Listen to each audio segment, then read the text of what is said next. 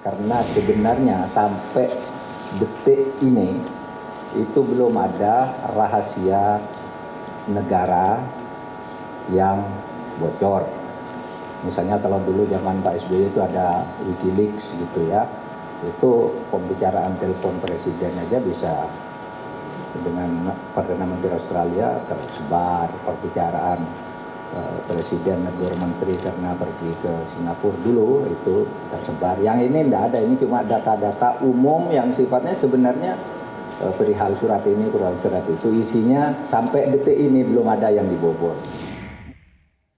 Saya masih bersama Dr. Imade Wirana.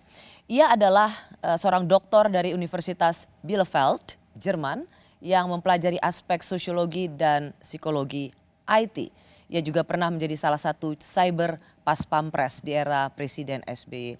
Pak Made setuju tadi dengan apa yang dikatakan Pak Menko Polhukam bahwa ini nggak ada apa-apanya dibanding apa yang terjadi pada zaman Pak SBY, kebocoran percakapan telepon. Oke, jadi kalau kita melihat dampak security itu, ada kalimat di dalam security itu tingkat keamanan paling tinggi itu adalah di mata rantai terlemah.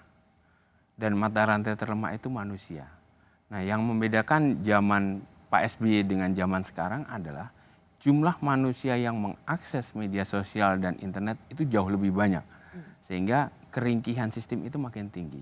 Jadi kalau pada kasus ini sebetulnya dampak ke publik ataupun ke pengguna internetnya dan sehingga terjadi amplifikasi permasalahan itu menjadi lebih tinggi. Itu yang lebih, kalau dari kacamata security itu yang memiliki vulnerabilitas lebih tinggi ketimbang zaman dulu gitu. Jadi kondisinya memang berbeda gitu. Kondisinya memang berbeda karena amplifikasinya dampaknya. Berbeda.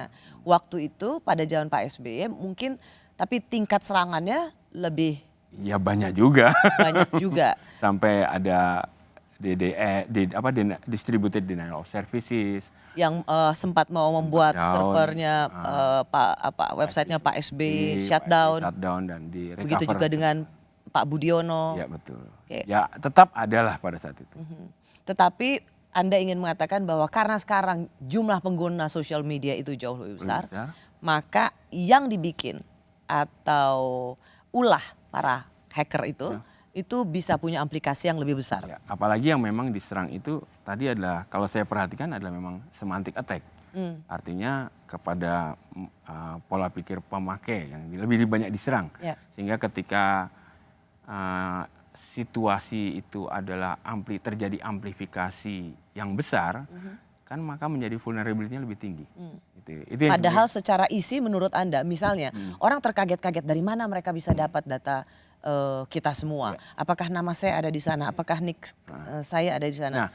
Tapi kemudian kan ada nama menteri, nomor handphonenya Pak Erick Thohir, lalu pertama-tama Pak Kominfo yang ulang tahun happy birthday, tapi kemudian menyebarkan nomor telepon, begitu juga dengan para menteri. Dari mana mereka dapat itu? Apakah itu artinya mereka meretas?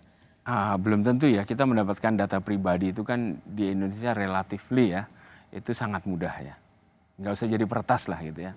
Kita iming-iming sedikit orang rela kok menyerahkan data pribadi, itu pertama. Nik. Ya, surat vaksin. Bahkan nama ibu juga diserahkan kok.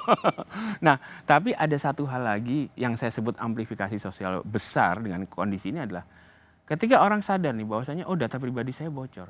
Tiba-tiba ada orang lagi nih nipu bikin situs. Situs ini bisa mengecek apakah data pribadi Anda bocor. Silahkan masukin data Anda. Dia malah ngumpulin data pribadi gitu. Nah, itu yang amplifikasi permasalahan menjadi lebih besar pada kondisi saat ini. Berbeda dengan zaman dulu lah ya.